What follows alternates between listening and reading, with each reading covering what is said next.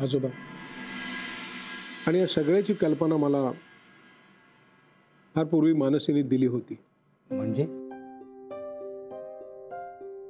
एकदा बोलता बोलता मला म्हणाली होती ती की विक्रांत आणि तिच्यामध्ये मैत्रीचं नातं आहे असं तिला वाटत होतं, पण तिला त्याच्याबद्दल थोडंसं वेगळं जास्त काहीतरी वाटायला लागलं. तिने कबूल केलं आणि तडकाफडकी ती दिल्लीला निघून गेली केवळ त्याच्यासाठी. हे त्या दोघांनी कधी व्यक्त केलं नाही उघडपणे, पण त्या दोघांचं बॉन्डिंग मला मात्र जाणवलं होतं. काय ना आजोबा की मोनिकामुळे त्या दोघांच्या मध्ये एक विचित्र नातं निर्माण झालं आणि त्याच्या चौकटीत ते अडकले. त्यावर एकच उपाय की आपण सगळ्यांनी मिळून लवकरात लवकर त्यांना या नात्याच्या चौकटीतनं मोकळं केलं पाहिजे. अहो पण समाज काय म्हणेल याचा विचार आम्ही करत नाही आजोबा. आपल्याला एखादी गोष्ट पटली ना आणि ती मनापासून केली ना तर समाजही ती हळूहळू मान्य करतोच, हो की नाही? आजोबा, या सगळ्याला तुमचा पाठिंबा आहे ना? मला मालतीशी या विषयावर बोलावं लागेल. आम्हाला थोडा वेळ द्याल का? हो हो, नक्की. तुम्ही अगदी शांतपणे विचार करा, आजींशी बोला. फक्त एवढंच की हा आपण घेतलेला निर्णय आहे तो जेवढ्या लवकरात लवकर आपल्याला हे पार पाडता येईल तेवढं बरं होईल.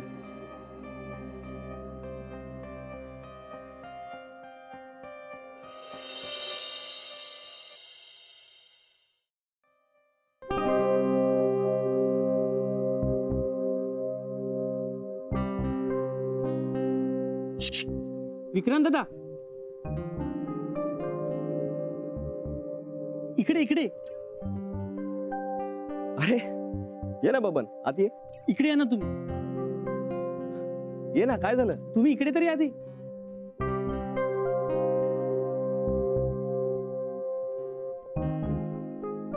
अरे काय झालं? कुठे होतास तू आणि असा चोरून का आलायस? सांगतो विक्रांत दादा. आधी मला माफ करा. का? खूप दिवस झाले तुम्हाला भेटून सांगेन असा विचार करत होतो, पण कधी हिम्मतच नाही झाली. हो, तुझी हिम्मत नाही झाली म्हणजे तू मला घाबरतोस की काय? हो, तसा बबन कोणाला घाबरत नाही. हो पण तुम्ही एक मोठे डॉक्टर, मी तुमच्या मेडिकल मध्ये काम करणारा एक माणूस, तरी पण मला राहवलं नाही गेलं. म्हटलं नाही, भेटूया एकदा आणि बोलूया. हो मग सांग ना, आणि न घाबरता सांग. खूप महिन्यापूर्वी मी हे दुकान सोडून गेलो होतो. हो, तू गावी गेलायस असं मला बाबांनी सांगितलं. नाही म्हणजे आलो मी गावावरून परत, पण दुकानात कधी आलो नाही परत. इथेच असंच हो, घराच्या आजूबाजूला. तुमच्याविषयी, घरातल्या लोकांविषयी लोक खूप वाईट साईड बोलायचे. मला नाही सहन व्हायचं ते. म्हटलं तुम्हाला एकदा सांगावं. ठीक आहे, जे झालं ते झालं. आता पुढे सगळं चांगलंच होईल. आता राहवलं नाही हो. खूप त्रास झाला असेल ना तुम्हाला सगळ्यांना या गोष्टीचा. हो दादा, लोकांना आता खरं काय ते कळलेलं आहे. तुमच्याविषयी, घरातल्यांविषयी सगळ्यांचं मत बदललेलं आहे. पण सगळ्यात महत्वाचं काय की तुम्ही या संकटातनं उभे राहिलात, आणि ते बघून मला खूप बरं वाटलं. मग मलाच वाटलं का लांब गेलो मी माझ्या माणसांपासून. ही सगळी माझीच माणसं आहेत. स्वतःचीच लाज वाटली. विक्रांत दादा, डॉक्टर साहेबांना सांगाल. अहो माझी हिंमतच नाही होत त्यांच्याकडे जायची.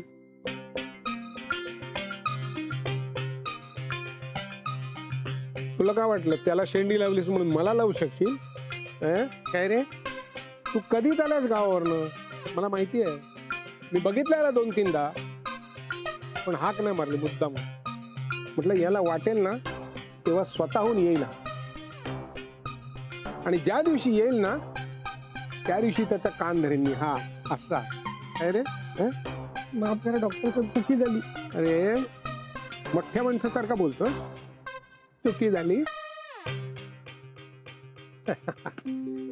अरे बबन, दळवीना नव्याने माणसांची किंमत कळायला लागली जशी तुला आमची कळली. अरे झालं गेलं, होऊन गेलं. कामाला लागायचं ना आता. हे घ्या दुकान उघडा बबन शेठ. हा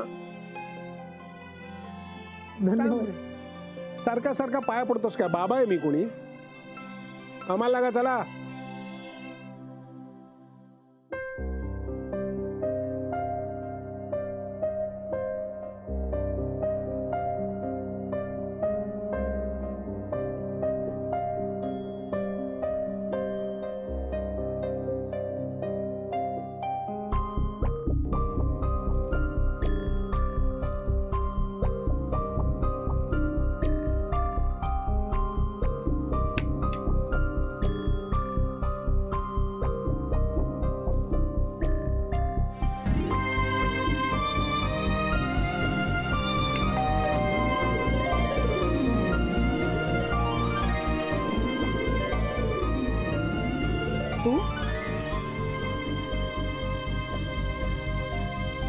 आजोबा आहेत का? मला त्यांच्याशी जरा बोलायचंय. बोल ना. आजोबा आले असतील ना? त्यांना बोलव ना. इथे नाही येत ते. प्लीज खोटं बोलू नको, मला खरंच त्यांच्याशी बोलायचंय. बोलव ना त्यांना. मी खरंच सांगते. तू खोटं बोलते. आजोबा, आजोबा.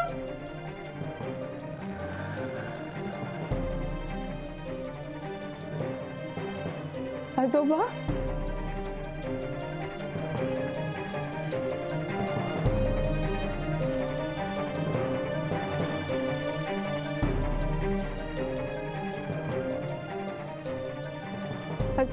आजोबा, आजोबा, आजोबा प्लीज माझं ऐकून घ्या ना. आजोबा, आजोबा प्लीज. आजोबा, लांबो. आजोबा, त्यांनी फसवलं मला.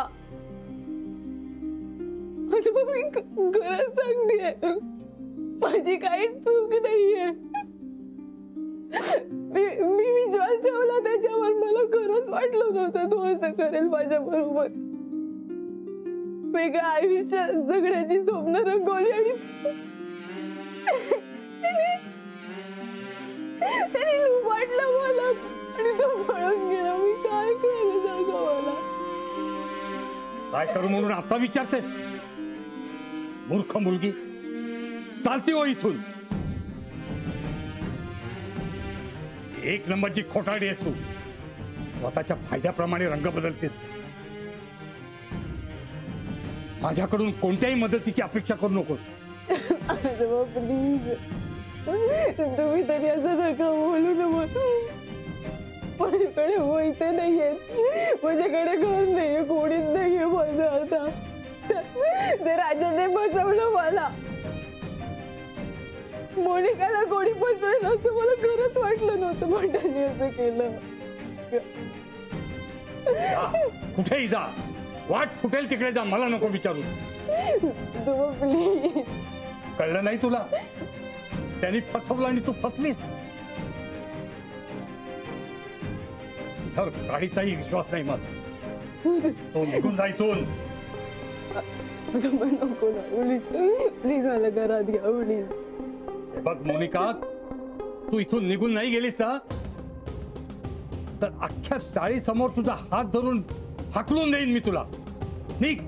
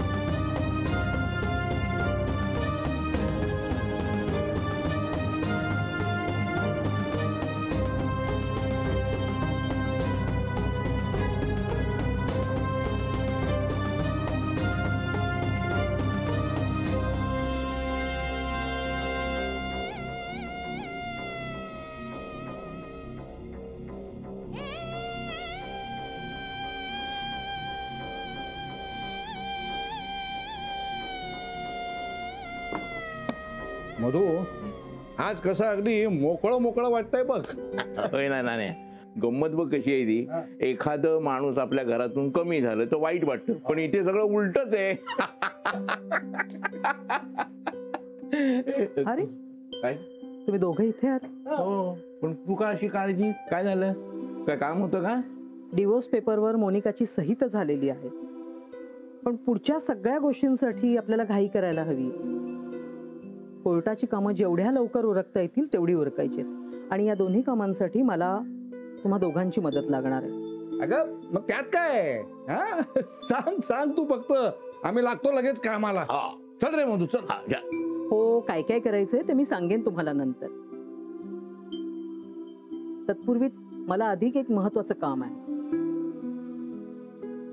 मला विक्रांत आणि मानसी या दोघांशी अजून बोलायचंय. म्हणजे त्यांना काही कल्पनाच नाही का आपण काय ठरवलंय ते? नाही, कल्पना असेल त्यांना, पण ह्या गोष्टी कशा अशा तोंडासमोर आणि स्पष्टपणे बोलल्या जायला हव्यात. हा. खरं सांगू का, मला टेन्शन फक्त एकाच गोष्टीचं आहे. त्यांच्या दोघांच्या लग्नाचा हा विषय काढल्यानंतर त्या दोघांनाही आनंद व्हायला हवा, बस हे एवढंच मला वाटतं. हे बघ निर्मले, सगळं चांगलं होईल. हा नानू सांगतोय ना, म्हणजे त्याला विशेष असं महत्व आहे. हो, मला कळतंय कळतंय नानू मामा, आणि अगदी तसंच होऊ दे. तुझ्या तोंडात साखर पडू देत. खरंच सांगते, जोपर्यंत जुन्या गोष्टी संपत नाहीत ना, तोपर्यंत नव्याची सुरुवात होणार नाही. आणि म्हणूनच मला डिवोर्स हा कागदोपत्री हवाय.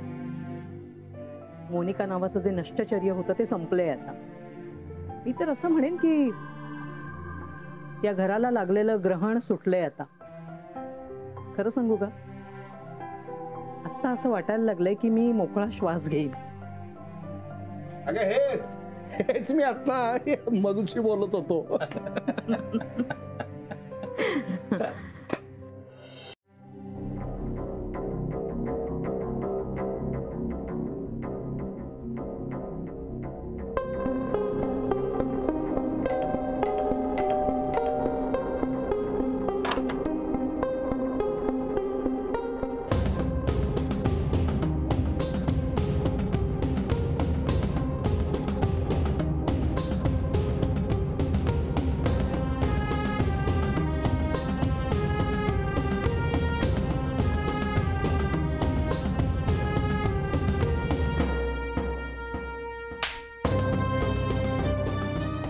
खोर, का बसवलं तुम्हाला राजन? का बसवलं तुम्हाला?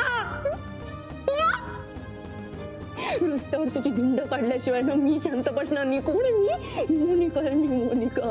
मला फसवतोस, मला फसवलं तू, मला फसवलं.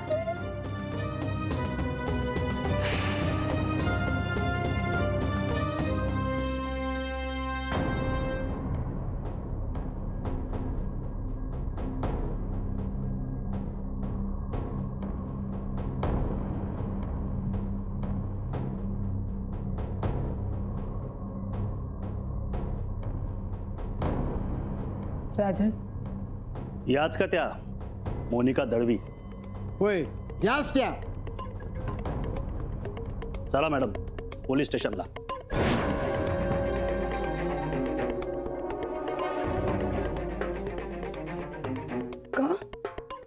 का म्हणजे राजन गायब आहे आणि आम्ही शोधतोय त्याला. मग मी काय करू? उगाच कशाला भोळ्या बनता मॅडम? आता आम्ही तुमच्या सासरी निघालो होतो तुम्हाला शोधायला, पण बरं झालं तुम्हीच आलात. कारण राजन बरोबर तुम्ही होतात असं काकांनी आत्ताच आम्हाला सांगितलं.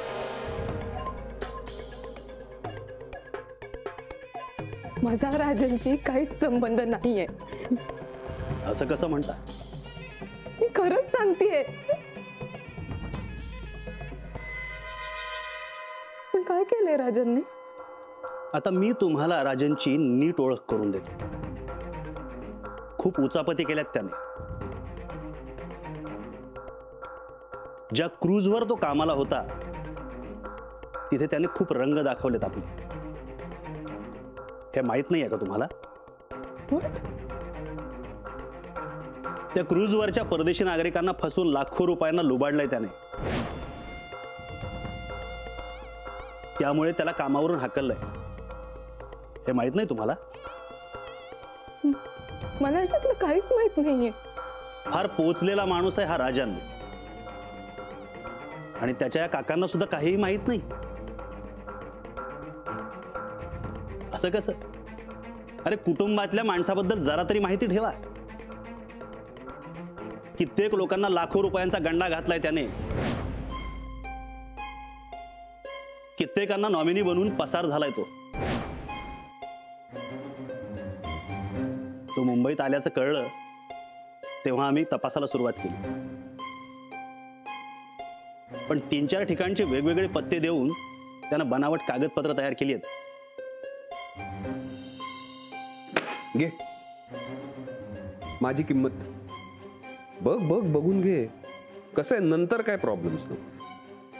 हे पेपर्स माझ्या पुण्यातल्या वाड्याचे आहेत. हे माझं लंडनचं घर. बघ फोटोज आहेत. हे सगळं खरंच तुझं आहे? बरं, या व्यतिरिक्त माझ्या आईचे 300 तोळ्याचे दागिने हे माझ्याच नावावर आहेत. बघ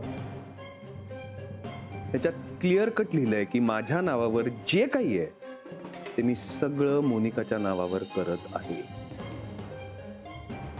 म्हणून त्याच्यापर्यंत पोहोचायला आम्हाला जरा उशीर झाला.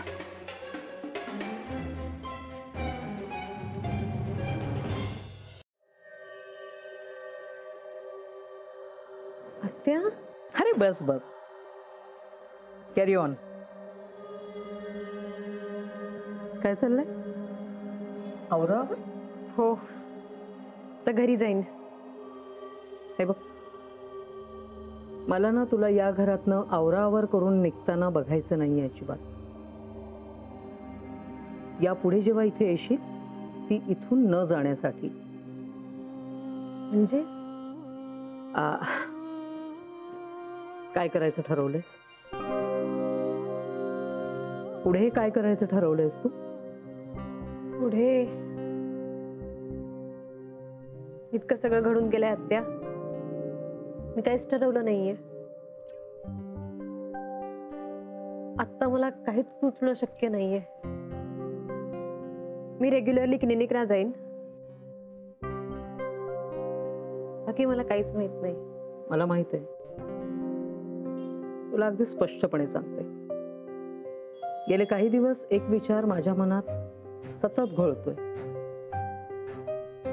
जो मी तुला आत्ता सांगते. आम्हाला तुझं आणि विक्रांतचं लग्न लावून द्यायचंय. आत्या, तू बरोबर ऐकलंयस जे मी आत्ता बोलले. तुझा काय विचार आहे? आत्या, मी असा काहीच विचार केला नाहीये, कधीच नाही. मग आत्ता कर.